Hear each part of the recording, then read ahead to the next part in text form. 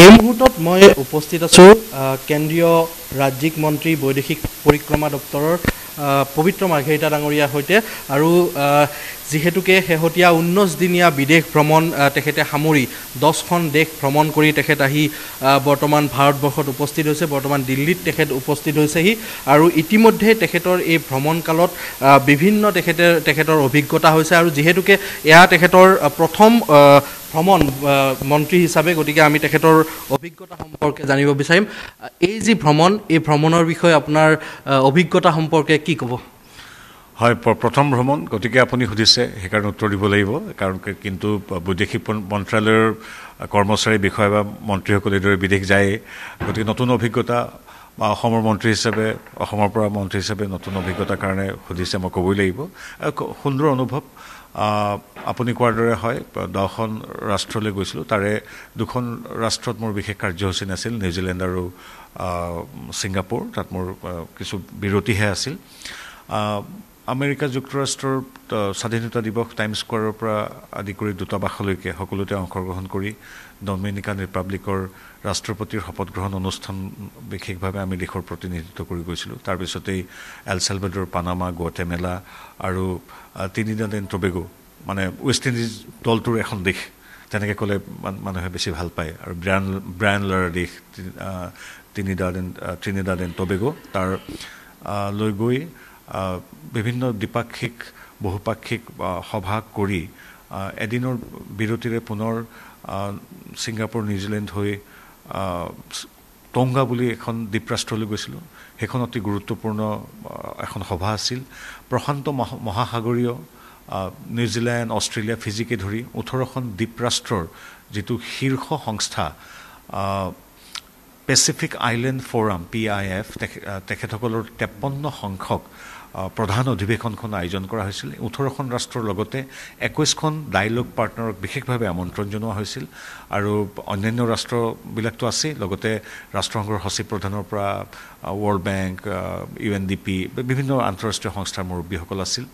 তাত dialog partner দেশসমূহৰ 11খনক বক্তব্য প্ৰদান কৰিবলৈ দিয়া হৈছিল। সৌভাগ্য যে ভাৰতক প্ৰথমে ক'বলৈ দিয়া হৈছিল আৰু ভাৰতৰ হৈ মই কোৱাৰ সুবিধা হৈছিল। এই ক্ষেত্ৰত আমি ভাৰতে কিদৰে বিশ্বক এটা পৰিবাৰ বুলি গণ্য কৰি আমি আগবাঢ়িছোঁ, সেই কথাষাৰ আমি উল্লেখ কৰিছিলোঁ। নৰেন্দ্ৰ মোদীদেৱৰ সুদূৰ প্ৰসাৰী চিন্তাৰে আৰু কেনেকৈ আমি এখোজ আগুৱাই গৈছোঁ, এইবিলাক কথা আমি তথ্য সমৃদ্ধভাৱে তাত দাঙি ধৰিছিলোঁ।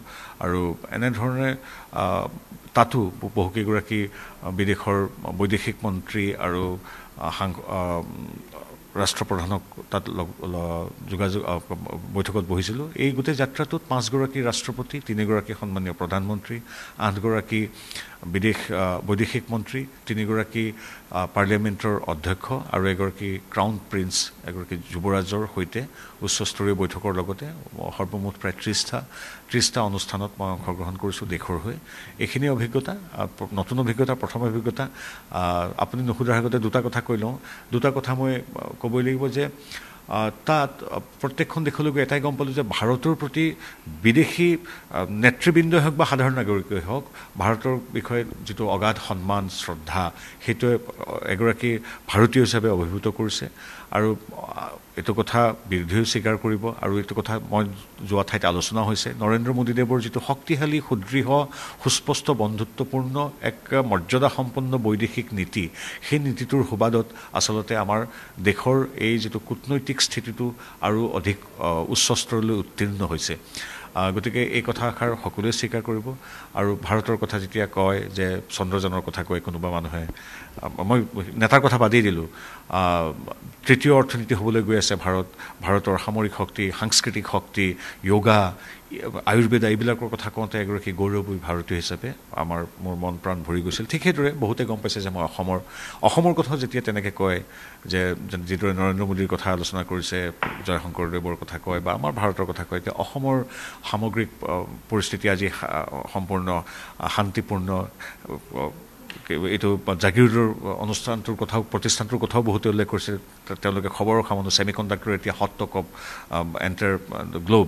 গতিকে ছেমি কণ্ডাক্টৰৰ কথা কৈছে, ডক্টৰ হিমন্ত বিশ্ব শৰ্মাৰ কথা প্ৰবাসী ভাৰতীয়ে সুধিছে। গতিকে সামগ্ৰিকভাৱে এই যে অসমৰ কথা, মোৰ দেশখনৰ কথা, ভাৰতবৰ্ষৰ কথা, নৰেন্দ্ৰ মোদী দেৱৰ কথা যেতিয়া বিদেশত ইমান সুন্দৰভাৱে কয়, মানুহে প্ৰশংসা কৰে, শ্ৰদ্ধা জনায়, তেতিয়া এগৰাকী গৌৰৱী ভাৰতীয়, গৌৰৱী অসমীয়া হিচাপে মানে এটা সুখানুভূতিত আবিষ্ট হোৱাটো স্বাভাৱিক। সেই বাৰ্তাটোলৈ মই আহিছোঁ। প্ৰথম অভিজ্ঞতা, ভৱিষ্যতে এনেকৈ গৈ থাকিব লাগিব।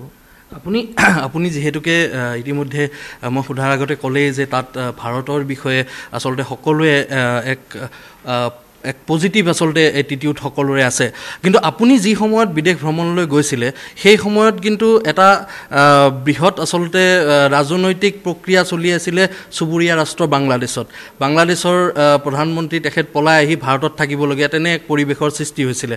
গতিকে এই সন্দৰ্ভতো তাত আপোনাৰ কোনো কথা বতৰা চলিছিলে নেকি বা হৈছিলে নেকি? যদিও মানে আপোনাৰ মন্ত্ৰালয়ৰ হিচাপত কিছু গোপনীয়তা থাকিব, কিন্তু তাৰ মাজতে কিবা আলোচনা হৈছিলে নেকি, বা অন্য দেশৰ এটিটিউডটো কেনেকুৱা, তেওঁলোকৰ কথা বতৰাসমূহ কেনেকুৱা? যিহেতু চুবুৰীয়া ৰাষ্ট্ৰ বাংলাদেশৰ ৰাষ্ট্ৰপ্ৰধান আহি সেই সময়ত ভাৰতত আছিলে, শ্বেখ হাছিনা আহি পেলাই তেওঁ ৰিজাইন দি ভাৰতত আছিলে, গতিকে তাত আপোনাৰ কিবা আলোচনা হৈছিলে নেকি? আমি সাধাৰণতে দ্বিপাক্ষিক আলোচনাত তৃতীয় ৰাষ্ট্ৰৰ কথা নাপাতোঁ। আমি দুয়োখন ৰাষ্ট্ৰৰ বন্ধুত্বপূৰ্ণ কৰণীয় কাম, বিগত সময়ছোৱাত কি কাম কৰিছোঁ ইত্যাদি কথাই পাতোঁ। তৃতীয় ৰাষ্ট্ৰৰ কথা বেলেগ সন্মুখৰ ৰাষ্ট্ৰখনেও নাপাতে, আমিও নাপাতোঁ। এইটো এটা হ'ল কূটনীতিৰ এটা মন্ত্ৰ যে আমি নিজৰ কেনেকৈ আন্তঃৰাষ্ট্ৰীয় বাণিজ্য বৃদ্ধি কৰিম, শিক্ষা, সংস্কৃতি, বৌদ্ধিক বাতাবৰণৰ আদান প্ৰদান, বন্ধুত্বপূৰ্ণভাৱে আমি কেনেকৈ হাতে হাত ধৰি বিশ্ব শান্তিৰ বাবে আগবাঢ়িম, কিদৰে আমি ৰিনিউৱেবল এনাৰ্জিৰ কাৰণে কাম কৰিম, কিদৰে আমি পাৰিপাৰ্শ্বিকতা সুন্দৰভাৱে বজাই ৰাখিম, কাৰ্বন এমিশ্যন কিদৰে কমাম, এনেধৰণৰ কথাবিলাক ওপৰঞ্চি কিছু কূটনৈতিক কিছু কথা পতা হয়। সাধাৰণতে আমি তৃতীয় ৰাষ্ট্ৰৰ কথা নাপাতোঁ। আৰু আপুনি যিহেতুকে তাত ৰাজনৈতিক ব্যক্তিসকলক লগ কৰাৰ উপৰিও বহু সংখ্যক দেখা গৈছিলে যে আপুনি অসমীয়া মানুহক লগ কৰিছিলে। শেহতীয়াকৈ আপুনি উভতি অহাৰ পূৰ্বেও দেখা গৈছিলে কেইবাগৰাকীও অসমীয়াৰ সৈতে আপুনি ছ'চিয়েল মিডিয়াত ফটো শ্বেয়াৰ কৰিছিলে, আপুনি একালৰ সহপাঠীকো তাত লগ পাইছিলে। গতিকে সেই অভিজ্ঞতা কেনেকুৱা? যিহেতু আগতে আপুনি যদি বিদেশ ভ্ৰমণলৈ গৈছিলে এগৰাকী সাধাৰণ নাগৰিক হিচাপে যায়, এইবাৰ এগৰাকী মন্ত্ৰী হিচাপে গৈছে। আচলতে মন্ত্ৰীজনহে কথা ইয়াত। মোকতো ধৰি লওক সেই ৰাষ্ট্ৰৰ যিখিনি প্ৰবাসী ভাৰতীয়সকলেও চিনি নাপায়। অসমৰখিনি হয়তো সাংস্কৃতিক পৰিমণ্ডলত আছিলোঁ কাৰণে বহুলোকে জানে বা মৰম কৰে, কিন্তু হয় এইটো ভাৰতীয় মানুহখিনিক লগ পালে এটা বেলেগেই লাগে। আৰু তেওঁলোকে ঠিক এইদৰে ভাৰতৰ এজন প্ৰতিনিধি আহিছে বুলি এটা আদৰেৰে তেওঁলোক একত্ৰিত হয়। তাৰ উপৰঞ্চি এই সুযোগতে ৰাষ্ট্ৰখনৰ বহু প্ৰবাসী ভাৰতীয় বা ভাৰতীয় মূলৰ বৰ্তমানৰ সেই দেশৰ নাগৰিকসকল তেওঁলোক লগ হয়। গতিকে এটা সুন্দৰ পৰিৱেশ সৃষ্টি হয়। আৰু উপৰঞ্চি মই যিহেতু অসমৰ, মই কৃতজ্ঞ, মই প্ৰায়বিলাক ৰাষ্ট্ৰতে বহু দূৰ পৰা যদি ক'ৰবাত এজন অসমীয়া মানুহ আছে তেওঁ আহিছে। কালি মই দেখিছোঁ 300-400 কিলোমিটাৰ দূৰৰ পৰা কেইবাজনো লোকে গাড়ী চলাই আহি ছিডনীত উপস্থিত হৈছে। মই অলপ সময় তাত আছিলোঁ বাবে। গতিকে সেইটোৱে আচলতে বিদেশত আপোন মানুহ থাকিলে যিটো মই যিদৰে অভিভূত আৰু আৱেগিক হৈছোঁ, তেওঁলোকে অসমৰ পৰা বা ভাৰতৰ পৰা এজন মানুহ আহিছে। সেইটো আমাৰ ভাৰতীয় সংস্কৃতিৰ, ভাৰতীয় পৰস্পৰৰ প্ৰতি পৰস্পৰ থকা মৰম, শ্ৰদ্ধা, সন্মানৰ এটা পৰিচয়। গতিকে এইটো খুব এটা ব্যতিক্ৰমী কথা নহয়। এনেধৰণে আহি আপুনি গ'লেও আহিব বা যিকোনো এগৰাকী মন্ত্ৰী গ'লে আহিব, যিকোনো এগৰাকী সাংস্কৃতিক ক্ষেত্ৰৰ মানুহ গ'লে আহিব। এই সুযোগতে গোটেই মানুহখিনিও লগ পায়, এটা পৰিয়ালৰ দৰে সেই ভাৱৰ আদান প্ৰদান হয়। গতিকে খুব সুন্দৰ এক অনুভৱ। পুনৰবাৰ কৈছোঁ, প্ৰবাসী ভাৰতীয়সকলে যে নিজৰ সংস্কৃতি এতিয়াও নিখুঁতভাৱে বজাই ৰাখিবলৈ যি অপৰিসীম চেষ্টা কৰে, সেই চেষ্টাৰ প্ৰতি মই সদায় সন্মান জনাওঁ। প্ৰতিখন ৰাষ্ট্ৰতে দেখিছোঁ। আনকি গিৰিমেটীয়া হিচাপে আজি 178 বছৰ আগতে কোনোবা দ্বীপৰাষ্ট্ৰলৈ কোনোবা গৈছিল, কাৰোবাৰ আজু ককাক, তেওঁলোকৰ পৰিণাতিসকলেও আজিৰ তাৰিখত সনাতন সংস্কৃতি, ভাৰতীয় সংস্কৃতি, বেশভূষা, কথা বতৰা ইত্যাদি এতিয়াও একে শ্ৰদ্ধাৰে চৰ্চা কৰি আছে। এই কথাষাৰ অতি গুৰুত্বপূৰ্ণ। আমাৰ অসমৰে হওক বা ভাৰতৰ অন্য প্ৰান্তৰ হওক, হয়তো 4টা দশকৰ আগতো যদি কোনোবা গৈছে, এগৰাকী সমৰ্পিত নাগৰিক সেই ৰাষ্ট্ৰখনৰ, প্ৰয়োজন সাপেক্ষে সেই ৰাষ্ট্ৰখনৰ কাৰণে প্ৰাণাহুতিও দিব পাৰে, কিন্তু তথাপি তেওঁ যিহেতু ভাৰতীয় মূলৰ, তেওঁৰ কিন্তু মনৰ একোণত সদায় পুণ্যভূমি বুলি, নিজৰ মাতৃভূমি বুলি ভাৰতৰ প্ৰতি সন্মান থাকে বা অসমৰ প্ৰতি সন্মান থাকে। এই কথাষাৰেই শিকি আহিছোঁ বুলি ক'ব লাগিব, যে কিদৰে বিদেশত থাকিও নিজৰ মাতৃভূমিক ভাল পাব পাৰি, নিজৰ সংস্কৃতিক শ্ৰদ্ধা জনাব পাৰি। এই কথাষাৰে যথেষ্ট আৱেগিকো কৰে আৰু এটা ধাৰণা দিয়ে যে হয়, পৃথিৱীৰ যি প্ৰান্ততে নাথাকোঁ কিয় আমাৰ ভাৰত পৃথিৱীৰ সৰ্বশ্ৰেষ্ঠ হওক। হয়, এই ধাৰণাটো কিন্তু প্ৰত্যেক প্ৰবাসী ভাৰতীয়ে বুকুত কঢ়িয়াই লৈ ফুৰে। শেহতীয়াকৈ দেখা গৈছিল যে বিৰোধীয়ে এটা কথা বাৰে বাৰে ভাৰতত বিশেষকৈ প্ৰচাৰ চলাই আছিল যে বহিৰাষ্ট্ৰত এতিয়া ভাৰতৰ যি ছবি সেই ছবি লাহে লাহে অৱনমিত হৈছে, নৰেন্দ্ৰ মোদীৰ ছবি লাহে লাহে অৱনমিত হৈছে। এই কথা বিগত সময়ত ৰাহুল গান্ধীয়ে হওক বা এনেধৰণৰ কিছু ৰাজনৈতিক ব্যক্তিয়ে প্ৰচাৰ চলাই থকা দেখা গৈছিলে। গতিকে আপুনি নিজে গৈ তাত অভিজ্ঞতা কি লাভ কৰিলে? আচলতে নিজৰ দেশৰ কথা ৰাজনৈতিক প্ৰতিদ্বন্দ্বী হ'ল বুলি, ৰাজনৈতিক প্ৰতিদ্বন্দ্বিতা দেশৰ অভ্যন্তৰত থাকে, নিজৰ অভ্যন্তৰত প্ৰতিযোগিতা থাকে, প্ৰতিদ্বন্দ্বিতা থাকে, জয় পৰাজয়ৰ কথা থাকে, ৰাজনৈতিক বিভিন্ন কথা থাকে, সেইটো সুকীয়া। কিন্তু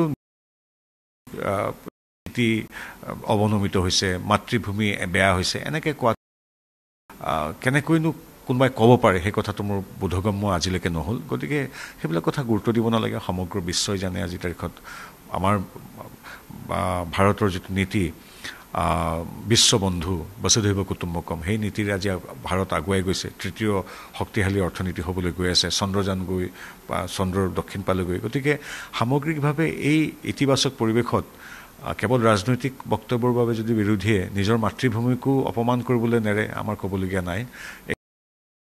কিন্তু 140 কোটি মানুহে হাতে হাত ধৰি নিজৰ জননী জন্মভূমিৰ বাবে সদায় কাম কৰি গৈছে। নৰেন্দ্ৰ মোদীদেৱে আজি আমাক নেতৃত্ব লৈছে, আমি ভাৰত আগুৱাই গৈছোঁ। সেই ইতিবাচক চিন্তাই আমি গম। এতিয়া কোনোবাই নেতিবাচক কথা ক'লে সেই কথাষাৰ ইমান গুৰুত্ব দিব লাগে বুলি মই নাভাবোঁ।